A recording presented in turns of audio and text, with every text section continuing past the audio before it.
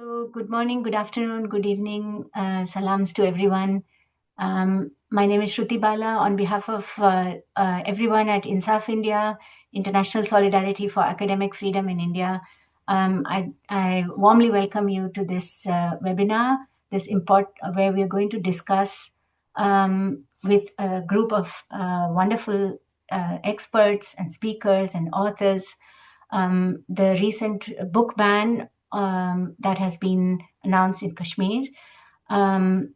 We feel as InSAF India, we are concerned with questions of academic freedom in the broadest sense. So not just the issue of freedom of academics in a liberal way, but about the close entanglements between questions of knowledge production, both in universities and all education institutions, and social movements and grassroots movements and social struggles for social justice and planetary justice in the broadest sense. I see that there are several authors also of books who have joined the webinar as attendees. We're hoping that this is just the beginning of larger conversations that will take place, and we hope really to also have the opportunity to have everyone's voices included in the conversation. I will hand over now to Annapurna Menon, who's a part of our broader InSAF India network, to moderate this event and to take us off from here. Thank you so much, Ruti, and I also thank you to the InSAF India network for organizing this and calling me in to moderate. So I'm Annapurna Menon, and I am an educator based at the University of Sheffield at present, and my work largely studies the role of Indian state policies in establishing colonial control over Jammu and Kashmir. So as many of you know, 5th of August has now become a black day in Kashmiri history, and it also signifies the death of any pretense of Indian democracy. On 5th of August 2019, the Indian state unilaterally revoked the region's special autonomy. Since then, there has been a false pretense of normalcy, and while Kashmir is probably seeing the most of celebrations of national and religious festivals, shows on the Dal, a ramp walk, book festivals, we know that Kashmiri people have continued to be harassed and monitored, even tortured by the Indian army, and face extreme repression when it comes to any form of political organizing or mobilizing in today.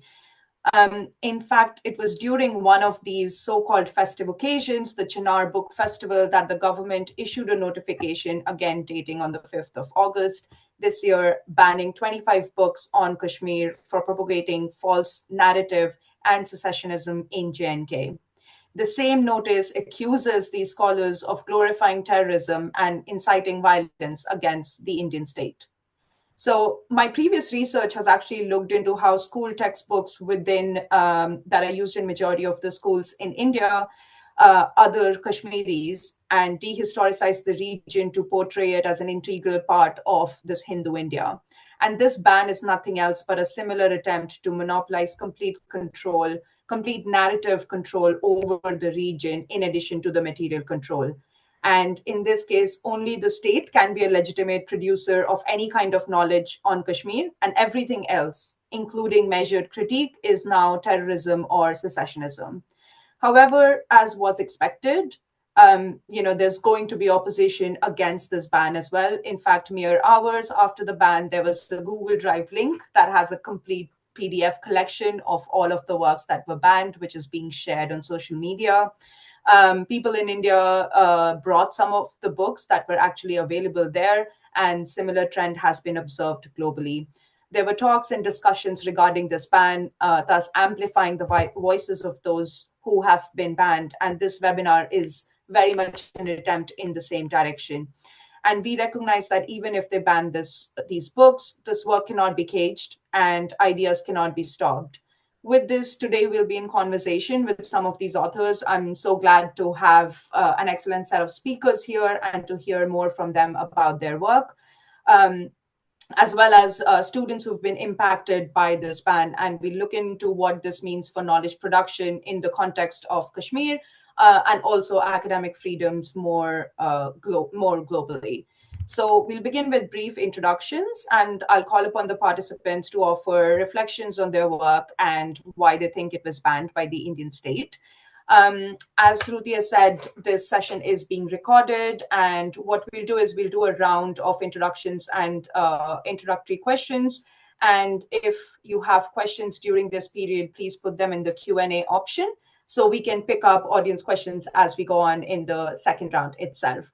We are hoping for this to be an hour-long discussion, and after this, I will be speaking a lot less, and I hope that your questions can drive the conversation further. I just want to apologize in case you do hear trumpet sounds in the background. That's because my partner is practicing, and I will mute myself so you will not hear that most of the time. Our first speaker today is Anuradha Bhasin, who's a renowned journalist and the editor of Kashmir Times. She is a longtime advocate for media freedom, civil liberties, and gender rights in Jammu and Kashmir, and has pursued both civil as well as journalistic avenues to call for state accountability. Her book, A Dismantled State, The Untold Story of Kashmir After 370, that critically interrogates the state policies as well as deconstructs dominant state narratives around the Hinduization of the region, is one of the books that has been banned in this recent ban. Anuradha, I would like to call you in to maybe tell us a bit about your book and why do you think it's been targeted by the state? Thank you. Thank you, Annapurna, for the introduction. I'll come straight to first my book and then talk about the larger ban. And out of the whole list of the 25 books, most of which were on history, politics, and are talking about phenomenon or events in the past. My book is a more contemporary take on what happened in Jammu and Kashmir post 2019, after which the state has imposed a complete silence on counter narratives, mostly through, even blocking and shrinking the space for journalists. And so my book was basically to try to bring into public domain some of the truths on the happening on the ground. It's one of the rare in the list which is talking about just the post 2019 with a slight little context of history and what happened in the near past. And that is something definitely that the government is uncomfortable with. If you look at the whole pattern in which the government has cracked down on all voices of dissent after 2019, silencing the political arena. I mean, including even the pro-Indian, political narrative, which has been marginalized, interestingly, which hasn't kind of happened. There hasn't been a blanket ban. There has been an ability, tendency by the Indian state to control the political narrative of the region, even the India narrative. But this time, this was like a complete blanket marginalization and silencing of the political narrative. The civil society has been completely silenced. You see the vibrant civil society of Kashmir completely disappearing under fear, under threat, and particularly as human rights activists, notably Khurram Parvez, are in jail, or others like Parveena Ahangar, their premises have been raided. Journalists have been particular targets of this government because they bring day-to-day information, and that is what the government is particularly uncomfortable with. They do not just bring in the day-to-day realities, they also give voice to the other marginalized sections of the society. And they have been the prime targets right from the very beginning, whether it was the internet shutdown or the targeting of media through repeated interrogations, through intimidations, through jailing some of the journalists, through blocking some of the websites, through shrinking their finances. Now, newspaper industry requires finances, and unfortunately, the only known revenue model for the print industry was reliant heavily on the government advertising. So newspapers that refused to toe the line were completely vanished because there were no finances to carry forward, which was also the case with our newspaper, Kashmir Times.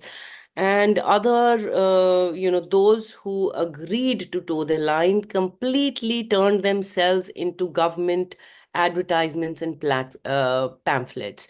If you look at the page one of all these newspapers, which are doing extremely well, there is a government ad and there is a main lead which looks like a mirror version of that government advertisement. And this is what journalism has been completely reduced to. Now, having successfully done that, this is a right-wing government which wants to control narrative and does not want to hear ground realities. And that's also how they operate in rest of India, but the scale of control is much, much deeper in Kashmir. Now, this kind of a government is extremely paranoid. It's paranoid of any kind of noise, any kind of even a shadow. So they want to basically, ban anything that exists in the public domain that counters their narrative, which is flawed, which is simply based on what the government says and is not in sync with the ground reality. So my book, whereas it showed how what the government was doing and what it was saying was not people in Jammu and Kashmir, in various parts of Jammu and Kashmir, all of them having different ideologies, different ethnicities, and different aspirations. It was not going down well with the public, and that the government narrative was in many places weak and flawed. So it's a kind of a journalistic narrative that deconstructs the myths being propagated by the government. And it wasn't just the present that the government, the narrative of the present that the government wanted to control. The government wanted to, because the present is linked to the past. So the government has, en masse blocked 25 books, and by doing that it is not only trying to push information down the black hole. This is also, I see it as yet another step to create fear in the society, to maintain their hold, to make people scared of the state, to scare them from not just writing but also reading. Because when you completely invisibilize books, when you completely take them away and lock them up, it's going to create immense fear in the society. Thank you. Thank you so much, Anuradha. And I think you've also very, very well highlighted the impact of the new media policy that's been implemented in the region, especially with the targeted harassment of journalists. Thank you so much. Next, I would like to call upon Athar Zia, who's a political anthropologist, poet, short fiction writer, and columnist. Currently, she is an associate professor in the Department of Anthropology and the Gender Studies program at the University of Northern Colorado, Greeley.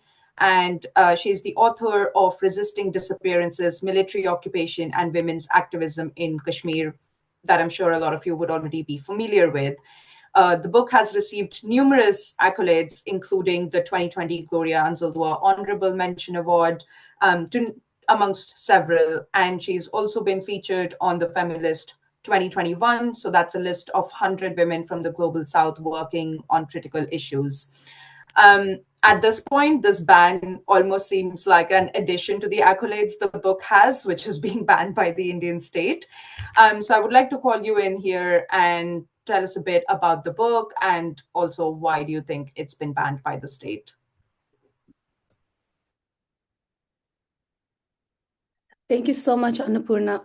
And thank you to InSAF, Shruti, Lotika for bringing us all together, and my co-panelists. I'm extremely honored and humbled that we are talking about this, despite the fact that we are not supposed to talk about what has been banned. So I'll talk about the book in time, but I do want to say that what we are witnessing is, as Anuradha very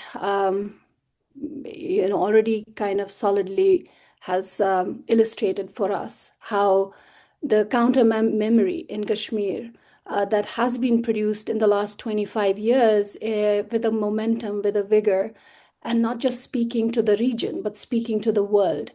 And that's what my book also is a part of. So it's not an isolated act, what happened very recently, because censorship has been the fate of Kashmir. It's only since 2019 and 2020 with the new media law, it's been institutionalized to an extreme extent. So what we are seeing is really dismantling of that counter memory. And what I see is as production of Kashmir core. My biggest worry is not just the dismantling of counter memory, because book bans don't really work. They pique people's curiosity, but there are two things which are going to happen. There are going to be people who will be interested in reading these books across the globe or in the region, but at the same time, the fear that has been put into people's hearts, because this is contraband, all knowledge, whether you agree with that or not, that has become contraband, and people are really worried whether it should be in their laptops or not. So when the book ban happened, we saw social media videos, these sound bites that people were giving about even like book stationery is a type of shop in Kashmir where you don't actually get books, but you get stationery, you get pens, you get pencils, things like that. There were actually raids on such kind of stationery shops. So there is this narrative of fear and the visual spectacle of fear, of raiding, of contraband, of surveillance. And my worry is that that's what's going to kind of take up people's space in their hearts, in their minds, because, protection is supreme. They don't want to be, policed. They don't want military and other forms of government surveillance inside their homes and laptops and phones. And we already know there is no law of privacy inside Kashmir. So anyone can take your phone at any time. So that kind of impediment to all knowledges that are produced, whether that they be statist or they be the counter memory. So that's one thing. The other thing that's really like, it's kind of an iterative cycle that's happening. So on one level, there is the dismantling of counter memory, where you have all kinds of, not just the counter memory, but also statist understanding of what happened in the last 70 years, because there's all kinds of books. It seems very arbitrary. But that also is like any kind of critical lens, whether you look at it from how the state views Kashmir, or how many critical people who are either academics or activists or journalists, they view Kashmir. So that's on one side. On the other side is the replacing of narratives that's happening. That's kind of like the next cycle. And as we recently saw, and Anuradha already talked about Khurram Parvez and JKCCS and APDP, Parveena Angar, and they're kind of like this big part of not just thinking through the lens of counter memory, but also human rights and justice and peace and reconciliation and those frameworks within the international law. So what's happening is that the work that has been produced, there's not only the danger of that work being erased from people's memory, but also the narratives being replaced, like we saw with the buried evidence. We also saw the Kanan Poshpora case. There are two young authors who wrote about it, and they produced a book. And they also called it army aligned because they're kind of seeing, so that's kind of what's happening. There is this production of what I see as Kashmir core being produced in this moment. Not just, so you see one narrative that's being erased, but there are two narratives replacing it. So that's what's happening in the moment. Um, and that's kind of not just an attack on counter memory, but that's also something more insidious where there is production of this new kind of knowledge. And you see lots of words that have been used to describe Kashmir in the last 25 years to 30 years by different writers, whether regionally or outside. All of those are kind of appropriated by many status narrators, whether they be in the journalist ranks or they be within the academic ranks. You only have to watch a couple of videos from them that are in circulation to see how the words that anthropology and ethnography and research is kind of using to describe Kashmir, those critical frames, how they are being deployed to discredit any kind of research that has happened. And the problem is that there is no one to say, there's no one to kind of give some kind of resistance to that because there's no one left, as Anuradha already said, that there is no civil society at this moment that is either not in jails or is not threatened or at risk or is outside and can go back. So you have people like that as well. So there's absolute vacuum in that sense. And not that people are going to be silent for long. The silence is really Kashmiris huddling and taking this onslaught from all sides. So it is like a bird cage. You have all sorts of surveillance. You have land appropriation that's happening. You have, people being dispossessed. There is unemployment. You have militarization deepening. You have all sorts of things happening. And then you have press that has been completely innervated. Then you have writers who are not just banned and erased, but you also have replacement writers who are coming into these ranks and filling up. Because there's also unemployment. Where are those people going to go who have some level of knowledge and who want to do something? So, that kind of machination is also underway. So my biggest worry in this moment is not just the erasure, but the replacement of counter memory and replacement of counter memory to counter memory. And that is not for new generations. That's not going to look like as if it's some kind of replacement. That will be their history because they're kind of witnessing it through social media influencers. They're witnessing it through different films. They're witnessing it through different books that are being produced. So for one generation, it used to be, my generation actually saw it unfold in front of our eyes. So, and then when you had books like, do you remember Conan Poshpora? So it kind of like, brought back the memories. It kind of narrativized it for the generations. And now you have actually a book that is army aligned, and that's accepted by a lot of people within whoever they are within the statist ranks. And then you have conversations, even if like a lot of people don't want to see it as threatening or discrediting because they're like these narratives are not going to stand. But there is that fear, like if we are not talking about it, if we don't counter it, that it's going to produce a different kind of knowledge around Kashmir, which might not really run in the academic ranks. It might not be credited that way, but it is going to exist. And it is going to be in circulation where these appropriations and these narratives are used to kind of recruit new set of collaborators, whether they be intellectual, they be political. So that's kind of where my mind is right now. So my book, Resisting Disappearance, the title itself says what it tries to do. It really tries to look at the Kashmir condition through the lens of disappearances. Like, how is it that we call India a democracy, or how can a democracy be a democracy when people are disappearing right in front of your eyes and has been a technology of torture and punishment for almost like a decade in the 90s and early part of 2000s. And it does try to kind of like unpack that question through the lens of disappearances. And also how the democracy is really a politics of democracy, a weaponization of electoral politics to sort of kind of look at that. And also Kashmiris as killable bodies. women, men that disappeared. So it's really based on a decade-long research with the APDP, the Association of Parents of Disappeared Persons, JKCCS, and a few other, but mainly APDPs, both APDPs. And that's what it's basically memory and truth telling through ethnographic methodology. So when you kind of ban that, you are banning people's memories. It's not an author banning as much as it is people banning. It's people's truth and resistance banning. So that's kind of where the counter memory piece is. But then you also have what is unfolding now. Like you have this blanket banning of all kinds of authors. Some people are looking at the list and they're like, there's no rhyme or reason here.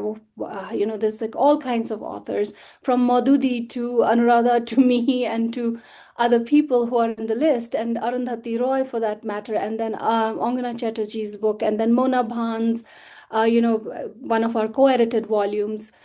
So it's all the books, it's all kinds of dissent, critical lenses.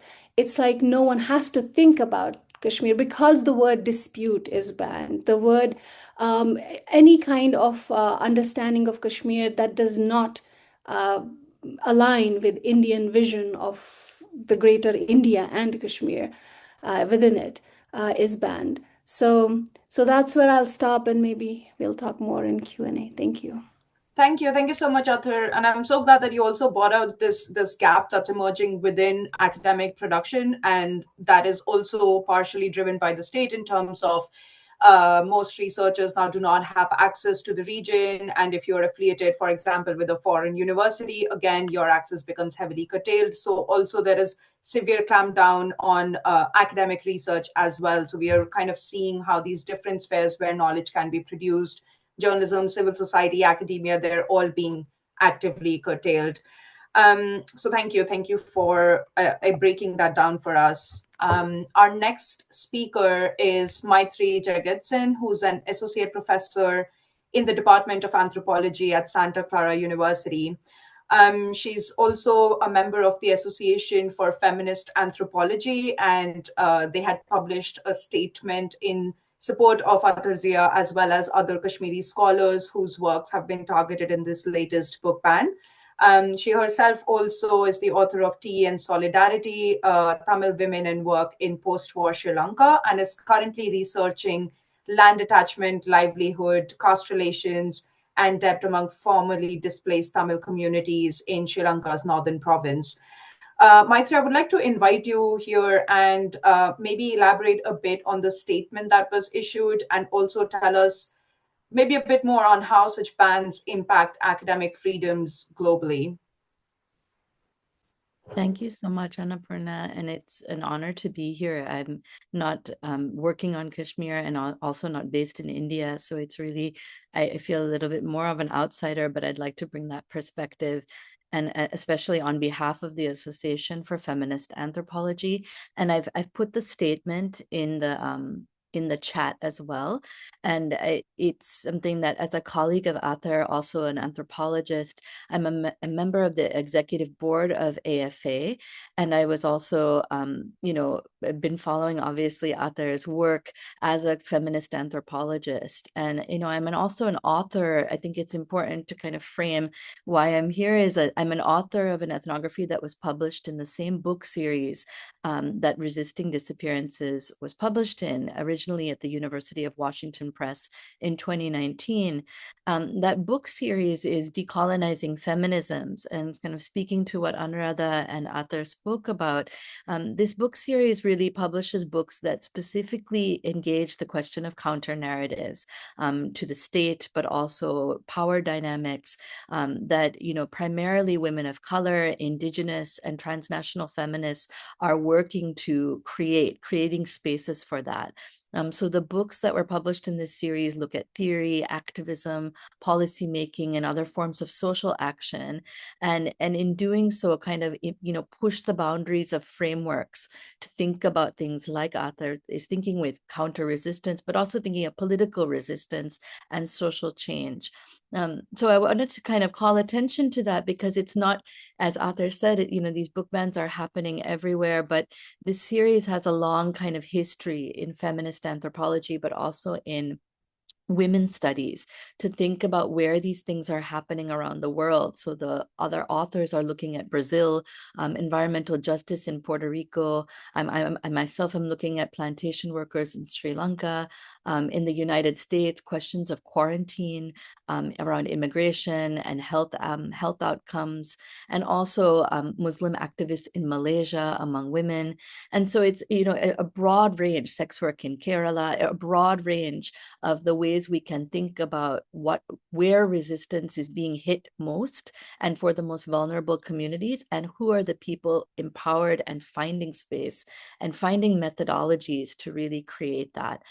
So I think when AFA awarded Arthur this, the Michelle Rosaldo Book Prize in the honorable mention, and thinking about this really moment, AFA really, felt strongly that this is a time to speak. And I say this, being based in, the American Anthropological Association, at a time when the Trump administration is gutting our education system, taking away federal grants, using keywords. So again, very arbitrary, almost feels like an algorithm, and it is an algorithm being used for many federal grants, and also local and state institutions at the education, in educational settings. And so thinking about this book ban, it feels like as if, I think the Trump administration too, everyone is in the right-wing kind of mode, is attacking education. And why? And I think much of what you said, Anuradha and Arthur, is that reading culture among younger generations, an inspiration to look to older generations that have done this research and are thinking about counter memory, and how to dismantle that begins with reading culture, and begins with these school shops and places that are vulnerable, and at the same time, the people that care most are educators, teachers, scholars. And so, when I think of resisting disappearance and the way that AFA can support that, obviously we want to be able to say these things, but we hope that people read this statement and also understand the broader context of what it means to stand with Kashmiri writers who have been banned in this kind of uniform but also very violent way on the ground, especially for readers, young readers, and also to think about the interlocutors in Arthur's research community, what this means to have their narratives. This idea of narrative control, Anuradha, that you mentioned, I think is so important, because Decolonizing Feminisms as a series, explores these kind of new methodologies, whether it's poetry, as in Arthur's work, counter narratives, visual, audio visual, but also other ways of exploring what feminist activism can do.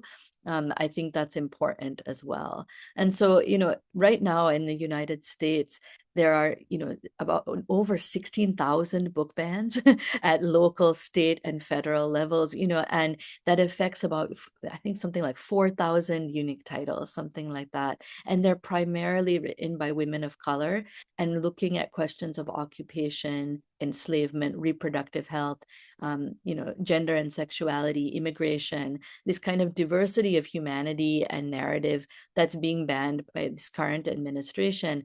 And to see the right wing globally kind of taking hold and following these cues. I don't think they're cues that are taking from one or the other. I think it's in concert, and everyone feels quite emboldened to exercise this violence. And I think that it's important at these moments to find space to speak about this.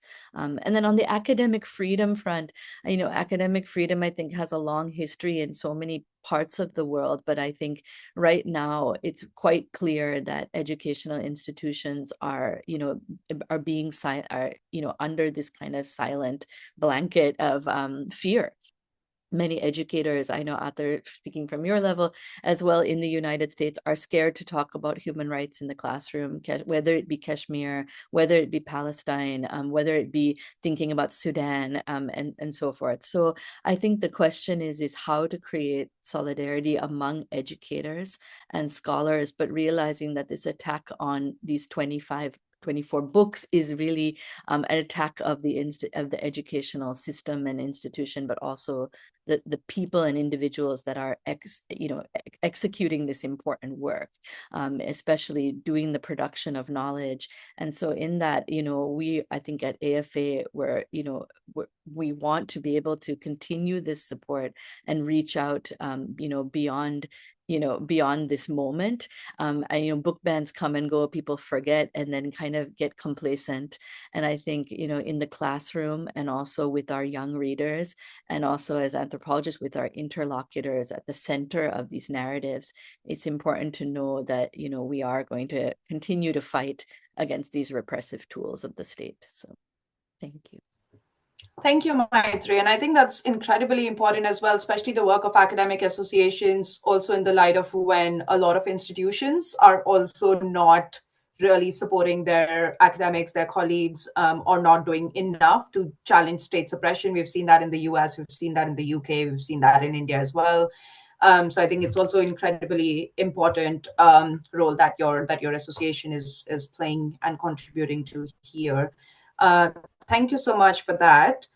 Next, I would like to call upon Masuma. Sorry, I can't see you on my screen anymore. I'd like to call upon Masuma, who's a PhD scholar in global studies, politics, and law from the University of Urbino, Italy. She has just finished her research period as a visiting scholar at Purdue University, US.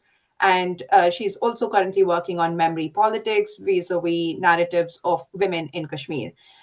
So Masuma, I would like to start off with, maybe you can talk a bit about your work, and then also how do you think this ban impacts students and specifically early career Kashmiri academics?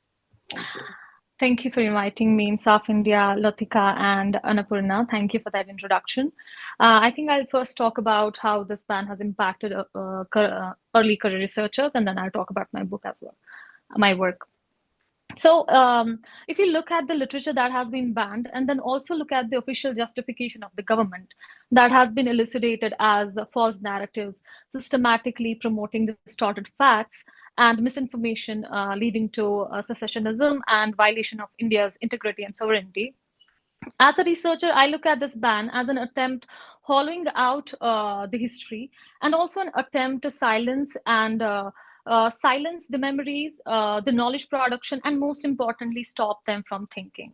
So I was recently reading this book, At Night All Blood is Black by Dave Diop, where it occurred to me that the colonizer wants the colonized bodies to be silent tools, bodies that just simply act out, and as per nationalist narratives, and not the minds that think for themselves.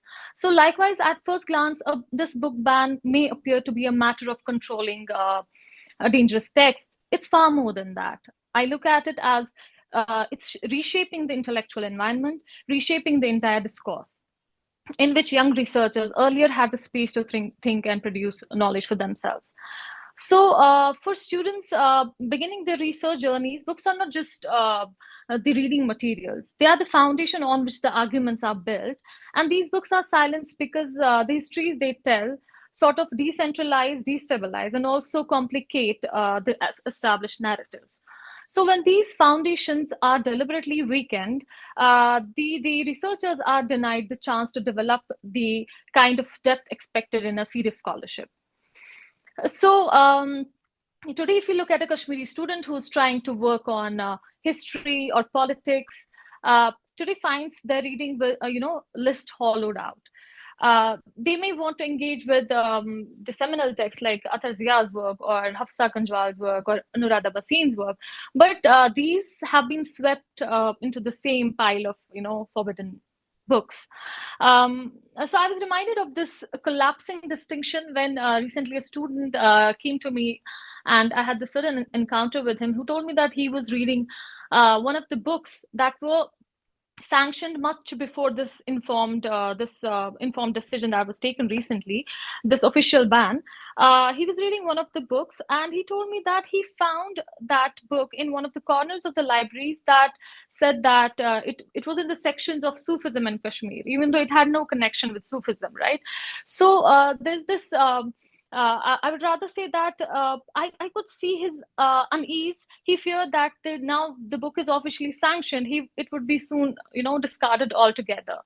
And yet, in the same breath, as Zia put it, that he admitted that the ban had made him more curious to read it.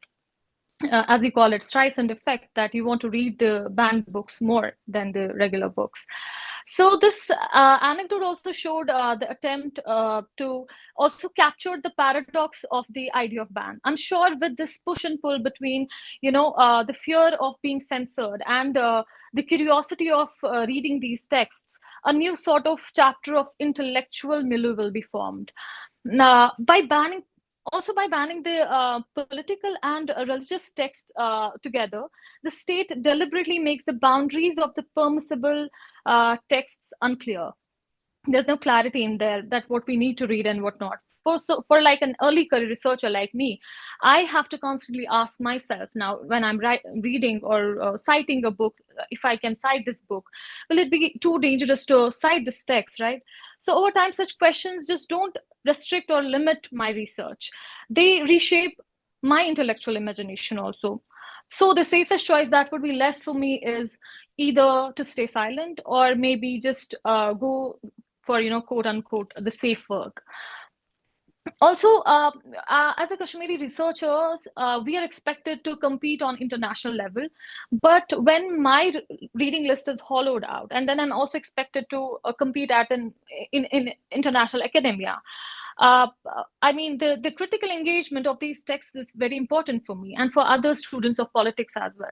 So I am denied the access to these very materials, or even made to fear them. So either we'll appear uninformed to the world, or or I'll just lock myself in fear that, okay, I cannot do this work as a researcher. So of course, the suffocation of knowledge erodes the idea of research for a Kashmiri researcher particularly. But it's so I'd just end my idea with the book banning is not just about text, it's also about reshaping the future of academia. If the state fears that the literature meddles with the sovereignty of India, it also denies Kashmiri students the intellectual sovereignty at the same time, the right to think for themselves, the right to question, and to tell their own stories. So it's a personal reminder to everyone that it's a collective loss for the world of knowledge production. That would be my side. Thank you. Thank you, Masuma, so much, and also for sharing some of the difficulties that researchers, scholars are going to face because of this ban itself. I think it's really good to know how people who are starting out in research, what this ban is going to do to them, how is it going to impact their work. Okay, thank you. Finally, I would like to call upon Suchitra Vijayan, who is a barrister, and many of you would know her as the founder of Polis project, that has done incredible work on critically analyzing Indian state violence in Kashmir, along with elsewhere. She is the author of several works, including one of her most recent works is India's Borderlands, A People's History of Modern India, which is an incredible ethnographic work that tells stories of borders, violence, and community making.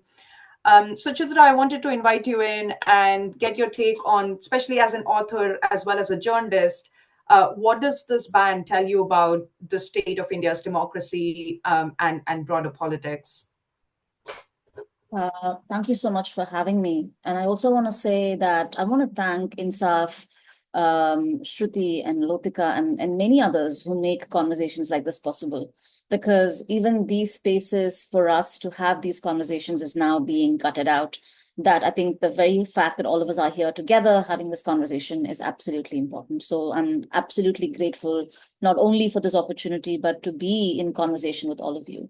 I just want to do a little bit of an opening to kind of frame the question, is that it's very similar to what Masuma talked about, which is that access to book and researchers is some of the most fundamental things for us to rely on as researchers. When I first was in Gurez many years ago, almost a decade ago, to do my work, I carried with me Mona Ban's book. Long before I met both Anuradha and Atar, their work was fundamental to understanding what was happening on the ground. And there's so many others who are not here today, whose work and scholarship and reporting has been fundamental for me to understand the space. And as researchers and as lawyers, as writers or thinkers, we always stand on the shoulders of giants, which means that without existing scholarship, writing is always an act of community. Every writer who has a book writes not from an individualistic place. We act from a place of collective knowledge, and that is being gutted. Now, the other thing that I wanted to frame in terms of the legalities of it, or what does it mean before we get to what it means for Indian democracy, I think we have to acknowledge the moment that we are in today. A couple of years ago, it was taken knowledge that the past was in some ways decided. There was certain kind of history writing, and the future was open to certain kind of debate of what our future could look. Now, with the advent of misinformation, disinformation, state-mandated propaganda, book bans, what we are seeing is that history is now being opened up for debate. We are having conversations about whether colonization is good or bad. We are asking if slavery was good. So what we are doing this it's almost this deeply, some days I get up and I cannot fathom this, is that the past is now being opened up for reinvention, rewriting, while the future almost feels solidified, where we are told this is what is awaiting us. And I think that is an important moment for us to understand legally, politically, morally, and ethically. And now coming to what does it mean? What does it mean in terms of thinking about India in relationship to this? Is that this is not new. And this is something all of our previous panelists have spoken, is that what is happening is not new, but we have to understand it within the larger continuum of what has happened in Kashmir over the last 75 years, but also in the last 100 years. One of the things that we have to understand is that when law is wielded as a blunt instrument of censorship, what it does is that it builds an ideological framework, a state-sanctioned ideological framework, which is built on erasing scholarship, criminalizing memory, but more importantly, absolute monopoly or total monopoly over the narrative of what's happening. We have to see this book ban within the narrative that the control of the story is the most important thing. And the Indian state has spent extraordinary amount of resources over the last 75 years to control the narrative on the ground. And this is not something new. This is something that has happened across. Now, the second thing is that today we see ideas as contraband. And this is not new. And for example, when Delhi University professor G.N. Sai Baba was arrested and sentenced under the draconian UAPA laws, and once when we go through the legal reasoning behind it, we were told that G.N. Sai Baba was waging a war against the Indian state. But the proof of waging a war against the Indian state was his bookshelf. And I think what we saw in that judgment was the idea that somehow books, pamphlets, BBC documentaries, video recordings were all enough to suggest that somebody was waging a war against a mighty Indian state. So, of course, the police seized his bookshelf as evidence of sedition. And the reason I am bringing up G.N. Sai Baba now is that all these acts of repression are connected. And it is not just about Kashmir, it is about how the Indian state treats all of those it considers its subjects and those it occupies through various means of legal, political, and territorial control. And one of the things that we have to understand is that Justice M.R. Shah, who gave one of the judgments in the G.N. Sai Baba case, said that the brain was more dangerous than any action. And this happened much, much before, and this has always been the Indian state's position. The grotesque brutality, the cruelty, but really what it does is that what the Indian state implements in the mainland, it replicates in the valley with much greater precision, far more violence. And this is again something that has been consistently and fundamentally documented over the last many, many years. Now, what we are really seeing in terms of the Indian state is that the Indian state seeks to forfeit in Kashmir is not just books, right? It's capacity to imagine otherwise. And that's what we've already heard from other panelists when we talk about the idea of counter memory. right? And I think I just want to quote something that Hafsa Kanjwal said once when she says that what a settler colonial state like India does not seem to understand is that books can be banned, but people's desire to know and learn about their conditions cannot be. And I think that becomes the singular most threat for the Indian state. Second, I think we have to acknowledge that the Indian state uses now law as an ideology, which means that we have laws that we are using the term decolonial to talk about what we say is rejection of British era repression, but in reality, the new laws are far more regressive than what we've seen with British censorship. The other thing that we see in this decision is the idea of the word called false narrative. Again, the order that was used to ban these books. False narrative is actually a vague term. It is not a legal category. It is not but what it is that it's an ideological accusation. So when we live in a state where, and this you see across, not just in India, but you see this in the US, you see this playing out in UK, in many countries where what is a legal category is being completely eroded, and it is being replaced by ideological categories or accusations. And I think that's another thing that we really have to understand and think through. And finally, I think what we are looking at is this idea of patterns of disappearances that is made possible and enabled by a legal system that still calls itself a democracy. And I think that is absolutely important for us to name and recognize. And at Polis Project, Abha Muralidharan works on this incredible project called the Disappearances Project, where we are trying to think of disappearances beyond just the disappearance of the body, but disappearances as disappearance of the mind, of memory, of land, of bodies, and also how the state's capacity to disappear is fundamental, which means that, as Maitri was talking about, you could disappear books, you could disappear people. 2 days ago, we found out that 1,000 people have just disappeared from ICE detention in the US. We just do not know what happened to them. And we have the same sense of disappearances of people as well. For example, we have large swaths of protesters often arrested as parts of these combing operations, mostly young Dalit boys picked up and disappeared, and we do not know what happens. And it's important for us to understand that this disappearance is now, again, a legislated legal category. We are now in a place where the right to habeas corpus is being eroded out of most democracies.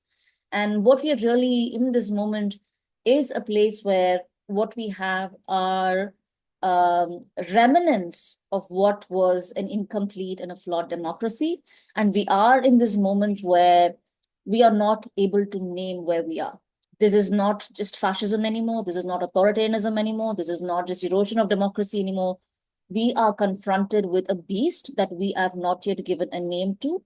And in so many ways, taking away knowledge is foundational to leaving us in this area of gray zone, or this moment where we are unable to understand, because knowledge provides us the roadmap. History of what happened in the past, the counter memory that Akhtar was talking about, all of this provides us the arsenals to understand and map what is happening to us. And taking that away also in some ways foundationally and fundamentally denies us of the right to not only imagine otherwise, but also make sense of our realities. And I think that is really where we are in terms of the Indian democracy, or the lack of its democratic principles or values. And I think I'll kind of bring it to a close here. No, thank you. Thank you so much, Suchitra. I think that was really, really important, and especially focusing on how we're constantly faced or confronted with this, with everyday issues, with everyday battles, that the overall imagination, overall ability to imagine otherwise, as you said, is being heavily, heavily impacted. So thank you so much for outlining that.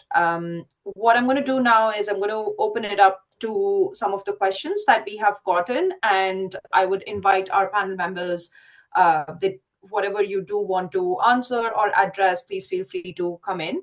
So the first one, I seem to have lost the first one. Okay, I found it. So I'm just going to read out the question, and then whoever feels comfortable answering can come in. So the first one is, As someone from mainland India, it was difficult for me to even know about Kashmir and the realities of military occupation until I read works like Resisting Disappearance or A Desolation Called Peace. When I began sharing these perspectives online, I was instantly labeled anti-national. I mean, we all know how these troll factories also work.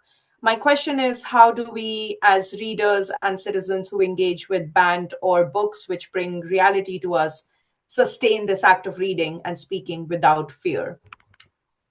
So yeah, if any of the panelists would like to come in here.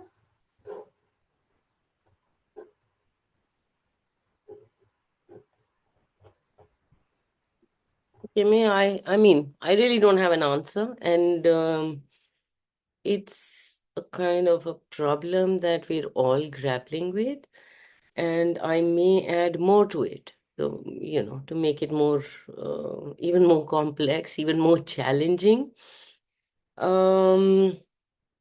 is that there is a complete, fear to not just read, to work, even for researchers.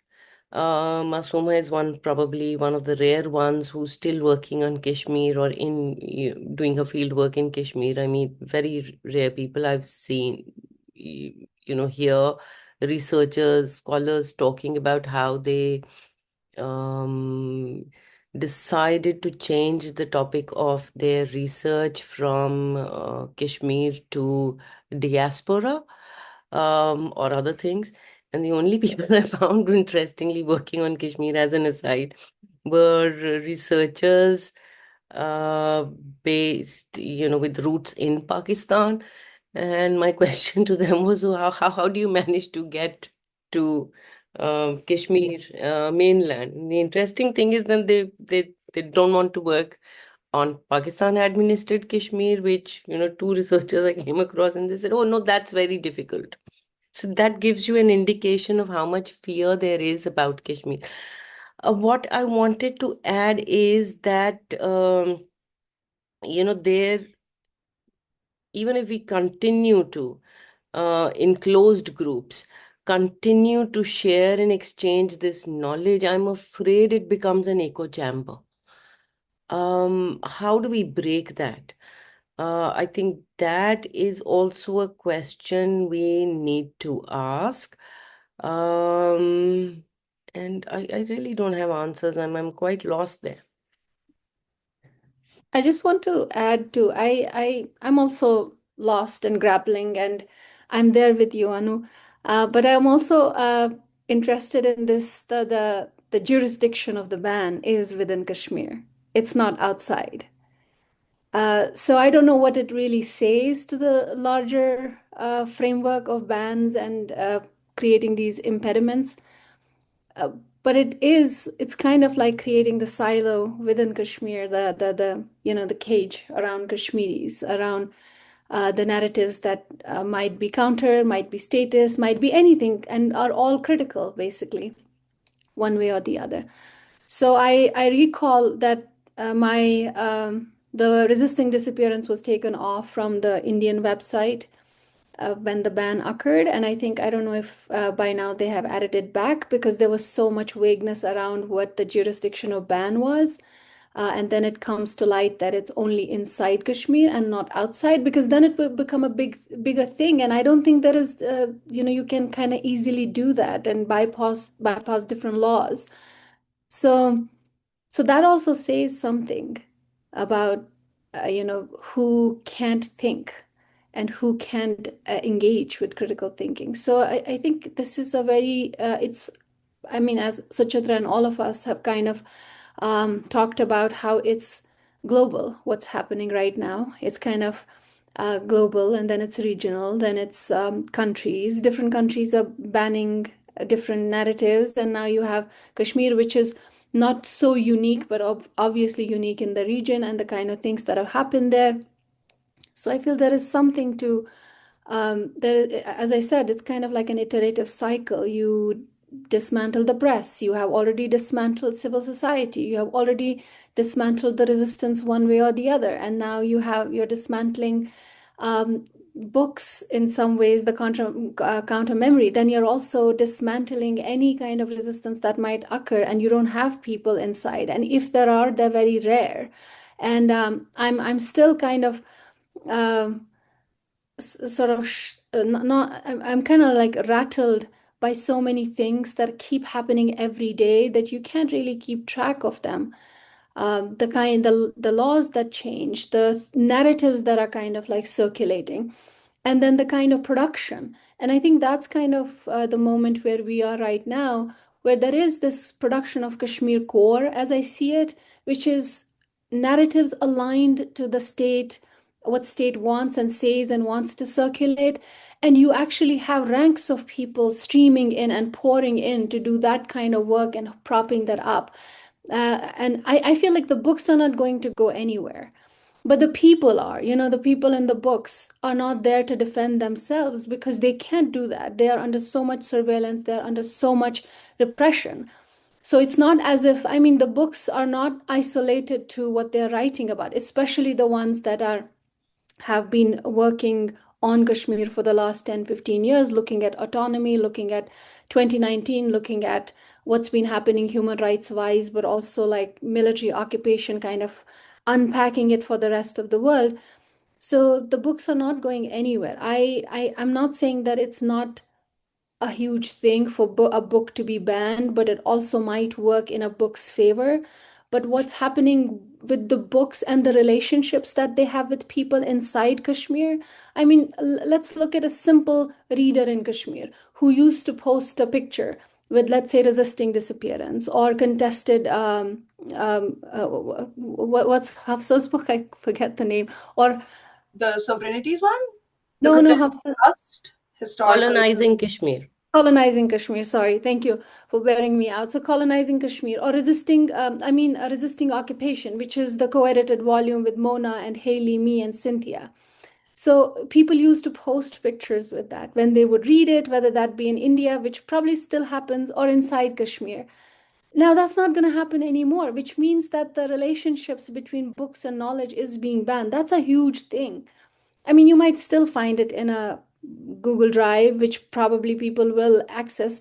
But I also know that people don't keep things in their phones anymore, laptops anymore, because it's seen as contraband. And they do not want to get into trouble. That relationship is broken. So that's where the relationship between books and people breaks. I'm not saying it's not going to get read. I'm not saying it's not huge and it's not an impediment. What I'm saying is there's also a relationship. But then also what the book talks about. I mean, most of the books are about people, testimonies and oral histories and ethnographies talking about what's actually happened. So is that all a lie? Are the disappearances a lie, which is evidenced, which is people's lives and everyone knows it? This is Kashmir's life, basically. The disappearance and the death is the lives. So is that also a lie? So then that's kind of like the second rung. And the third rung is now the replacement of these narratives. Now, what are we going to see next? So I think that's the moment where we are with this production of Kashmir, the Kashmir core. Like you have a film, and then very recently there was a film which is basically the resistance of Kashmir and kind of its narrative. Then you have a couple of other films talking about like the softer side, like the soft power kind of a thing, and kind of engaging with critical questions, but not the same political questions. So there is this diffusion, creating this vagueness around words like memory and resistance and ethnography and what that means, and even academic. Like there is questions around academic work done on Kashmir, and it's whether that's credible or not. So I feel like they will be keeping us engaged. This counter to counter narrative, the Kashmir core. So just to make it easy, the Kashmir core that's being produced, that's going to keep us engaged. So I don't know what our modus operandi should be, whether we keep on doing our work or we have to answer those or have to engage with it. But I think we actively have to spell out that this narrative is not the counter memory that you want to be dealing with. And I think that is a job that we have to do. And that is a job where the readers in India can help us with. reading and talking about the books, talking about this ban. And I'm not saying that you have to take the ban to heart and then kind of, create fear or anything like that. No, but, just an illuminating read. And I know these books are many of them are dated now because they've been written 5 years back, 6 years back, 10 years back. But I think the current Indian reader, the current reader who is critical in the region or even globally, can go back to these books and raise some of the questions, kind of engage with them. That will be bringing back some of the soul of these books. And also talking through the lens of the ban. And I think that engagement is needed in this moment from people who are in solidarity and who are who want to show allyhood through readership and things like that. So I think that there is that, and I think it can be done very easily, even on social media, just to kind of get some momentum going with the younger generation, where my fear is, because I feel like the younger generations are being taught something that is really insidious. Okay, so I'm just going to add in another question here because I'm mindful of the time and we have roughly 3 more questions that have come through. Shruti, please let me know if there's more.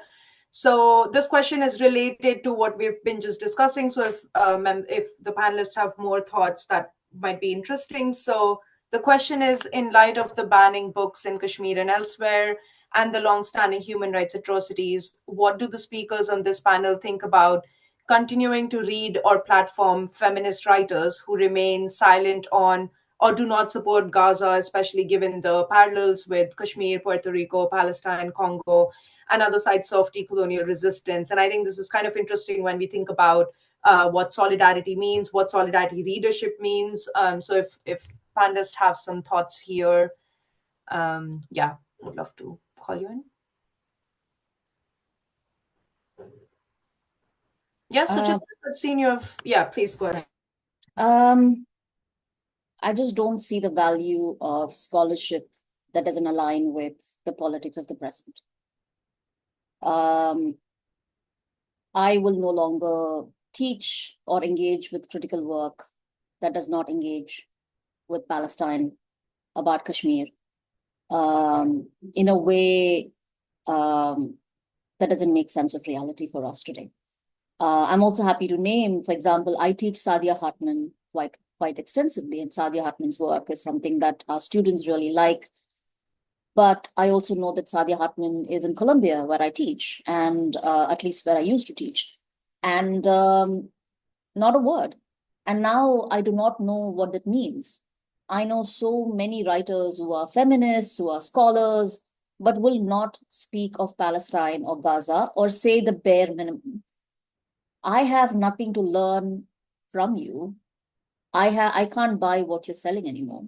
And I think that rupture is now real. And I will no longer engage with scholars there are so many scholars who work on Kashmir who support Israel. There are so many scholars who are decolonial, who do post-colonial theory, who talk about resistance, but not a word on Gaza. There is a genocide, and a lot of us have been know that this genocide has been ongoing. The Nakba has been ongoing for 75 years. I have no time for this scholarship. I don't know what I'm supposed to do with this scholarship. I will not teach it. I will not engage with it. I might not pick public fights with it because there are other things for us to do in this moment.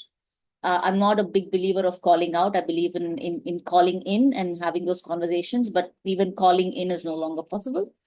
But personally, my decision is your scholarship is of no longer pedagogical value to me. And I will not teach it, I'll not engage with it. I'll just not. Thank you so much. Annapurna, go on. Sorry, Maitri. I was asking Annapurna for the question because I kind of lost a little bit of it, but that's okay. You answer and then we'll go. Yeah, no, I think I agree, Suchitra. And someone who teaches human rights and thinking about all of the silence over the last, not even 2 years, right? We're thinking about from back in the 2000s forward, at least as long as I've been teaching. And, every time that I do teach about it, we get some kind of obstacle, some kind of challenge, some kind of attempt to silence, whether it's on a listserv from faculty or it's a small comment here and there. And I think this is the time, if not any time now, especially as we see these alliances and solidarities and similar tactics of repression.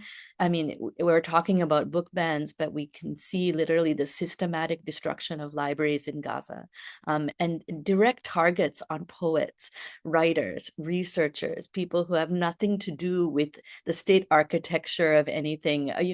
These are artists, right?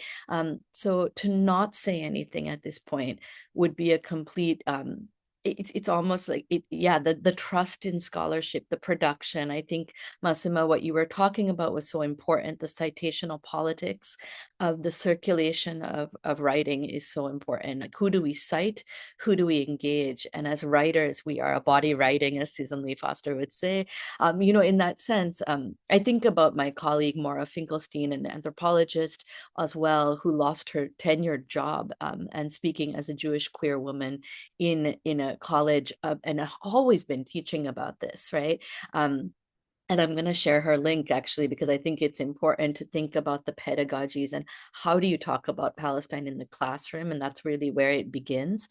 And if we can't do that at the basic level and think about those citational politics and then how it translates to our students, that's where I think the most important components are. So, and Arthur, you can go. I just wanted Annapurna to say the question because I think I missed some part of it. Yeah, so essentially it's people who've been silent on Gaza but have been critical about other topics, especially Kashmir and specifically feminist writers. What do speakers think about continuing to read such writers? So, we as Kashmiri feminists, I know feminism is kind of a lot of people, it kind of like raises a lot of ruffles and things like that. But thinking about decolonial feminism and Kashmir, we have seen selective solidarity, which I at some place can also call brown imperial feminism when it comes to Kashmir, where Kashmir is okay till it's a human rights problem, but the moment you kind of talk about that it's a political problem, it's not only that the AFSPA should go, but there should be some other solution as well, because Kashmiris have been fighting for it. And then they're like, no, that's where we are. We can't go beyond that. Human rights, AFSPA is fine, oppression of women and all of that is fine. The regular trope of white liberal feminism that it gave the world that is basically a neo-colonial world, but, we used to call it post-colonial. So for me, so that's kind of like the selective feminism or the selective solidarity that has been shown to Kashmir, which also burnt us many times. So that's kind of the one part of the question. But the other part, like, what do we do in this moment when there is a genocide ongoing? But I think Kashmiris have kind of given their solidarity, whether that be intellectual, that be bodily, because, they used to come out and protest when something would happen in Palestine, whether that would be an attack or, even something like just to show solidarity. And also it was part and parcel of Kashmir's psychic terrain when we think about oppressions and People's Friday congregation. So there has been a solid level of affective solidarity with Kashmir, with Palestine. And I think that's a current that's been going on the way we've taught in classes. And I do teach decolonial methodologies, decolonial praxis, and I also do faculty learning communities. I think the one entry point that I find, as Suchitra said, I haven't really engaged with a lot of people, on the terrain of literary writing in my classes because I teach anthropology, and many anthropologists tend to be very Palestine-centric. Not a lot, but many of them are. So I haven't had to make those tough choices because the people I still teach in my decolonial praxis and indigenous methodologies and all of those, they're still the people that show solidarity. But one entry point, and like Suchitra, I am not choosing to engage with the people that have kind of shown their true colors, but I am focusing on the people that have given us framework, that continue to give us those frameworks and guide us pedagogically as well as outside. So I continue to teach through the lens of neocolonialism. When you are inside the class, even in an anthropology class and gender studies class, which is becoming really a dangerous place to be in because you have so many things happening that are coming through the state as executive orders that you have to teach this and that. So when you go through the sort of like the neo-colonial lens and settler colonialism, and then you begin to understand that and use the writers who have shown solidarity to that and continue focusing on that, I think that's just disseminating knowledge and not indoctrination. And many students are kind of receptive to that way of being taught. So I'm just talking about the classroom setting in this moment and what we teach. So it is a struggle in this moment as our heroes have feet of clay, and you are still like looking at people really like there has never been a knight in shining armor. Everyone is kind of looking out for themselves, and very contrived, beautiful writing, but that doesn't serve justice, that doesn't serve people in any way. It's and now it's very clear that it served them for the longest possible time. So yes, I'm being very efficient in not engaging with that, but trying to do what we can with the people who have continued to serve, justice and taught us about neocolonial frameworks from very get-go, from the 60s onwards. Yeah. Okay, thank you. So now I'm going to wrap up. I'm going to kind of condense two of the questions, and maybe we can have one last round of responses from all of the speakers before we wrap up for today. So one of the questions is, how does the book ban fare in comparison to digital bans? Does the government basically think that book bans are going to be more efficient? And the audience member also says that obviously reshaping intellectual society, as the panelists have mentioned, remains a key goal, but how prominent will it affect their dictatorship in comparison to a digital ban? So kind of comparing the both. And then there's another question from Stefano, who's Masuma's supervisor, and he's talked about the importance of Masuma's work, and also I'm shortening this question, but essentially talking about how to write under a regime of persecution, and how can that happen within the Kashmiri situation.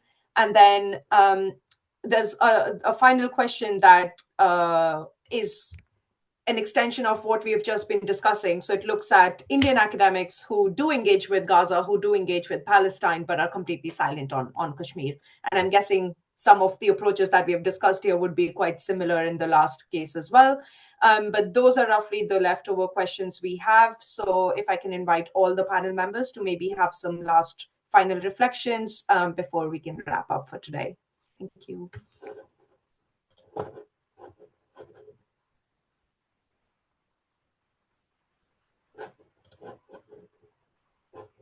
Guys, don't make me pick. Okay, let me go first if we began in that order. Yeah, I think that the book, when you ban books, you're not just disappearing knowledge, you're not just disappearing information, counter memory, counter narrative, all of that, but you are also creating a generation that will be deprived of the ability to think, not just the ability to read. Of course, they can read other stuff, which, as Athar mentioned, will replace what has been disappeared. And that has been happening on a very, very large scale, especially in Kashmir. I noticed recently there is a book, Article 370. Okay, now which seems like a complete counter to what I wrote. And that book is published by some some publisher, some company called Digital Craft or something. It has no authors. It has a foreword by the Prime Minister Narendra Modi. So these are interesting. Now, the same organization also has links with the youth group that brought out that, the counter to the unmarked graves. report. So it's happening in a very institutionalized way. And that's one thing we need to consider. The other is that as Athar spoke about the jurisdiction, or you also mentioned that the books are not. Is the ban only in Kashmir, or is the ban also in India? It's not going to impact elsewhere in India, but I think there is an impact. And from my own personal experience, I see that initially my publishers remove the books from the market. I think they removed it, or the bookshops did it. I really don't know. But when I took it up, there was no response from my publisher to my emails. But finally, the books were available in the market, but people are still scared to buy. And it's not just Indians. Even before the ban, there is so much fear in Kashmir. I remember a lot of Kashmiris telling me, "How do you have the courage to write? We are even scared to read." So, but I'm not going to buy the book in Kashmir. I will buy the book when I go to Delhi and pass it on there and not bring it back. So that kind of fear existed even at that time when the ban wasn't there. So I'm presuming that the level of fear is going to be much, much deeper, and it will also impact a certain section of the mainland Indians, who always tend to view, even though they're liberals, they tend to view Kashmir from a very ultra-nationalist gaze.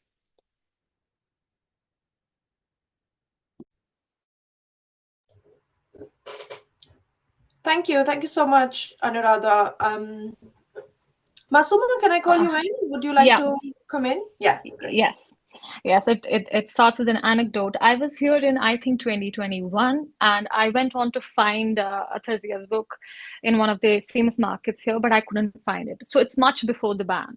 I mean, when we are talking about books, we have to make sure that we are talking about hard copies, right? We're not talking about soft copies, because the access is decentralized from the top down, so we are not given the access to the actual books, the physical books.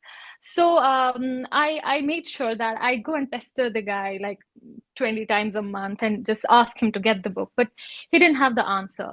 So while my time at Purdue, I made sure that I would ask for the book, whereas I had my own personal set of books, and which contained also resisting disappearances. So I made sure that I'd get it in the library and make someday anybody would come and would read it. So it's bizarre, despite the continuous erasure, the state felt the need to cross yet another bar, as Zia puts in one of her articles. So it's a sort of the reminder of continuous erasure. So what we can do is words travel instantly through PDFs, or what do we say, summaries, they transfer faster than the actual books. So our attempt should be that despite the bans, we must actually circulate these books. Yeah, that's what I think. Thank you. Thanks, Masuma. Athar, Suchitra, Maitri, would any of you like to come in? I kind of lost track of the questions because there were a couple of them put together, right? Is that what you did?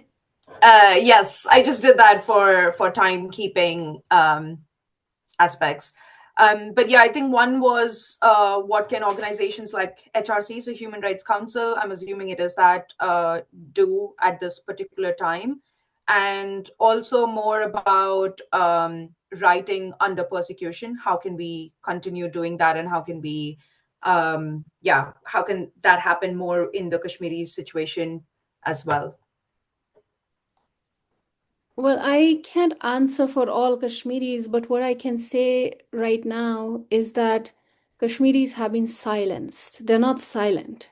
They are never silent. They have been silenced. There's, as I said, like there's no analogy, but that there is a bird cage, and every one thing that is happening to them is the bar of the bird cage, and they're kind of like completely inside, bound by this cage, which is not, it's not going to be very, it's not going to be a long-standing condition, so to speak, because Kashmiris have found ways to speak and resist.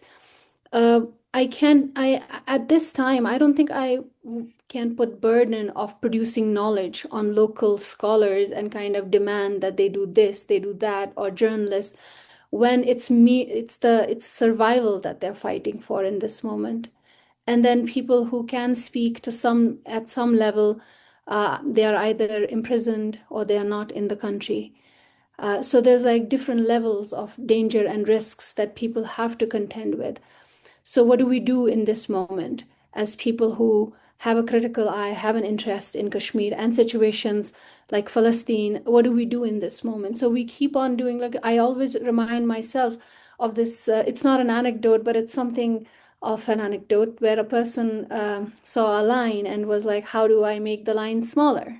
If the line is the state's line, so how do I make it smaller? So I keep making a bigger line, then it becomes small.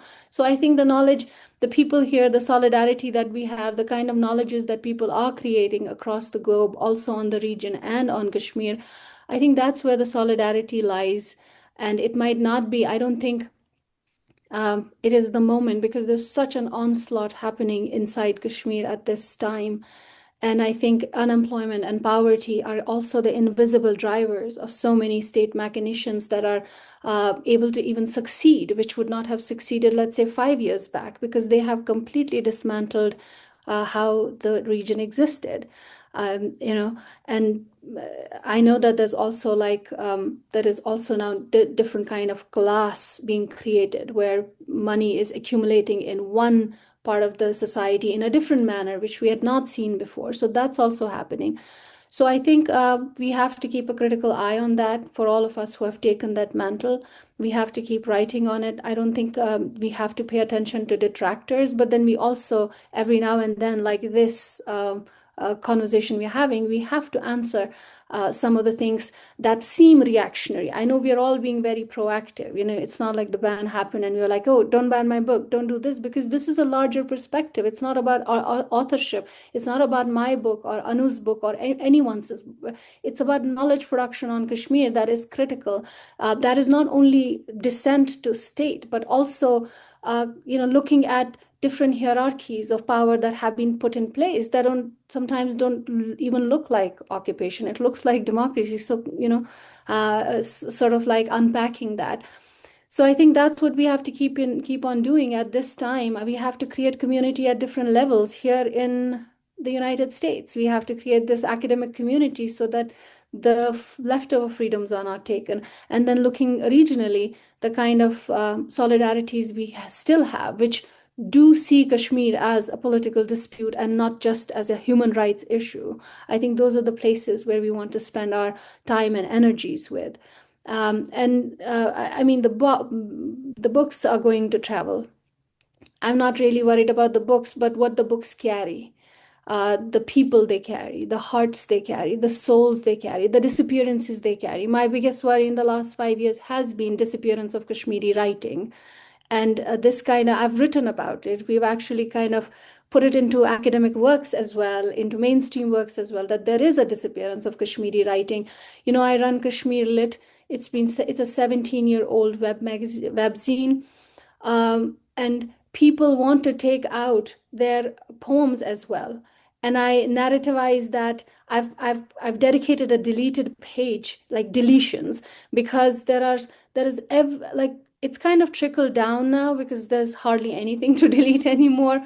But people want everything. Like if they had done an interview with someone who's remotely connected to resistance, or not even resistance, like had a book at some point, they want that taken down. If someone has written an article, if someone has written short fiction, if someone has written poetry, they're taking that down.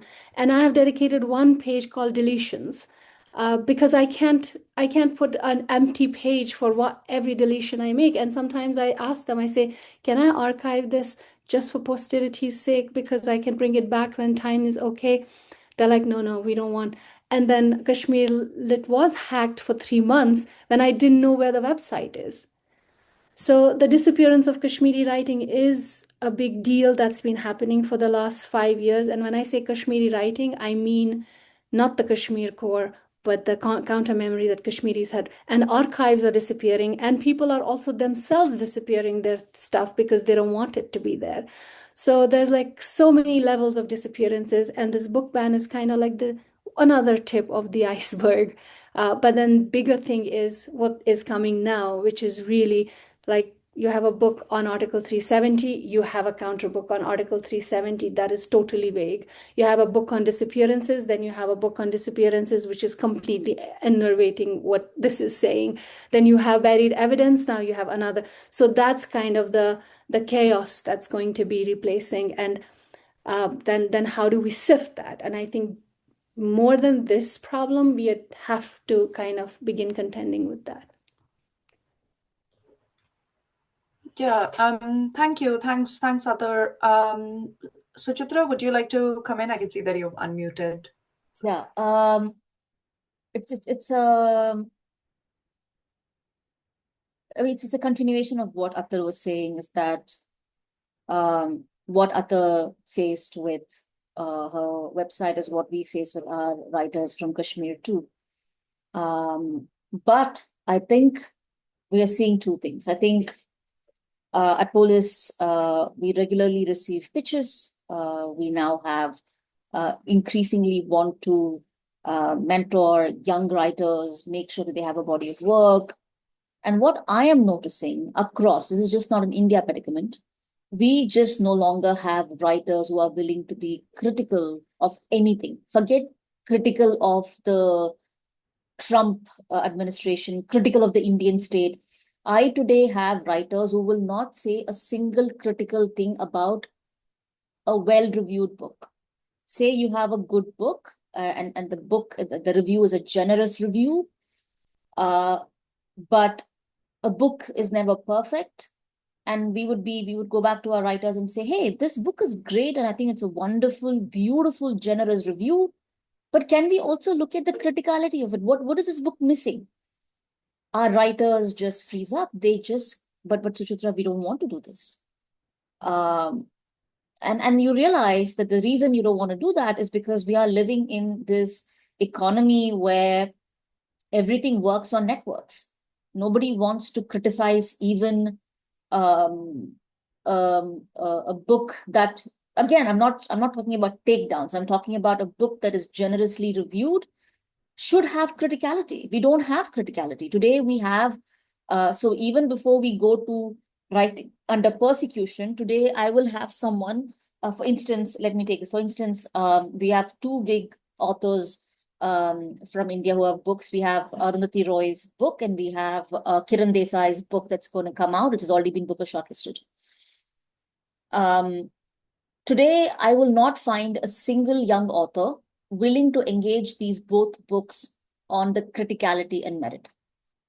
Engage with it not in a takedown. What you will find maybe is a takedown of Arundhati Roy, which says, she's this, but do we really have writers who can critically engage with this book in a way you can be generous and also be critical? We don't. Kiran Desai's book is now coming out. I want to see how many writers can write a review on a book of fiction that is both thoughtful, critical, generous, has grace. We don't have that anymore. So we are in that world where that criticality is gone. And without that criticality, I do not know what it means to write. Second, writing under persecution is, the job of a writer is to write. The job of solidarity is to face material consequences. There is nothing for me as someone of Indian origin to say, I am in solidarity with Kashmir. I have to face the material consequences of standing in solidarity with Kashmir and Gaza. There will be loss. I will lose a job. I will lose money. I will lose funding. I will lose access. I will not be invited to panels. My books will not sell. That is the price one pays. And the problem today is everybody wants a tap in the back and praise for solidarity without having any material losses.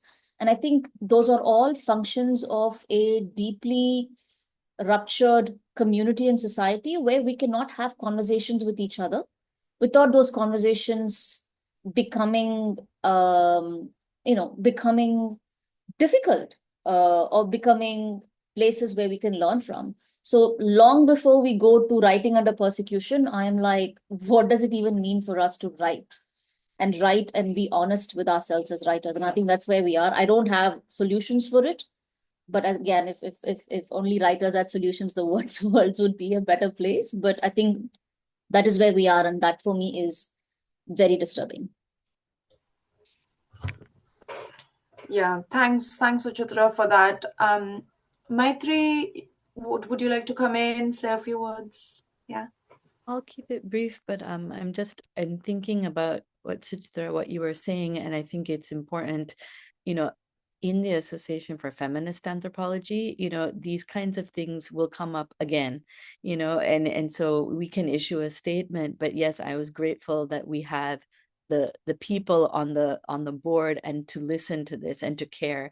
There are many places where you will just not get a response or no one would care. And I mean, it's not because I was there out there or someone, but I think having a critical mission in an organization and to actually live up to that is important. But there will be many times where I think we'll be disappointed. And I've been long disappointed by educational institutions that have been silent or have been silencing to their teacher scholars or their employees when it comes to talking about Gaza, or if it's Kashmir. This has happened in both instances at other institutions that I've been at. And so it's amazing to see that, even amongst colleagues, we have to practice this criticality. We have to call people to be accountable, what it means to be in spaces together and teaching, and to be in the same space together, I think is always important. And yes, there'll be difficult conversations, but I don't think that this is a time to shy away from it. I think it's about the data as well, as I think Masuma, what you were saying, and Anu as well. It's about how data gets created and how it gets circulated. Arthur, you were mentioning this idea of books, one counter book coming out and the other. This is exactly what happens, right? We have a whole, if you do these searches actually about the case in Sri Lanka, for instance, on the war, or if you do a case of, looking at Palestine, what is the actual narrative of people who are at the most impacted by state violence? You will get the counter narrative first, I guarantee you, because of the algorithm coming up on a search in a library. So in that way, Massimo, when you were talking about finding the hard copy, finding the people who have written the work, done the research, created the network of that supports research on the ground locally, that take the risks to speak and tell their stories. And I think that's the part that I think is the most troubling. And it's so important to recognize the labor of that and how that translates to then being in the classroom and actually giving that to students, telling them that this was a labor that created this knowledge, to destroy an entire library, for instance. The amount of labor, the amount of time, energy that's spent in knowledge production is not captured. So, when we think about this question of being a human versus a Muslim issue versus this, I don't think that there's much to say except these fallacies of categories is about that pollution of data, right? It's telling us that these categories exist because the state creates those categories. When you can actually recognize what is right and what is wrong in this course of justice. And so if you can stand on that side and be on that side, people will remember where you are and hopefully can remember that you were critical at the time. So. Yeah, thank you. Thank you so much.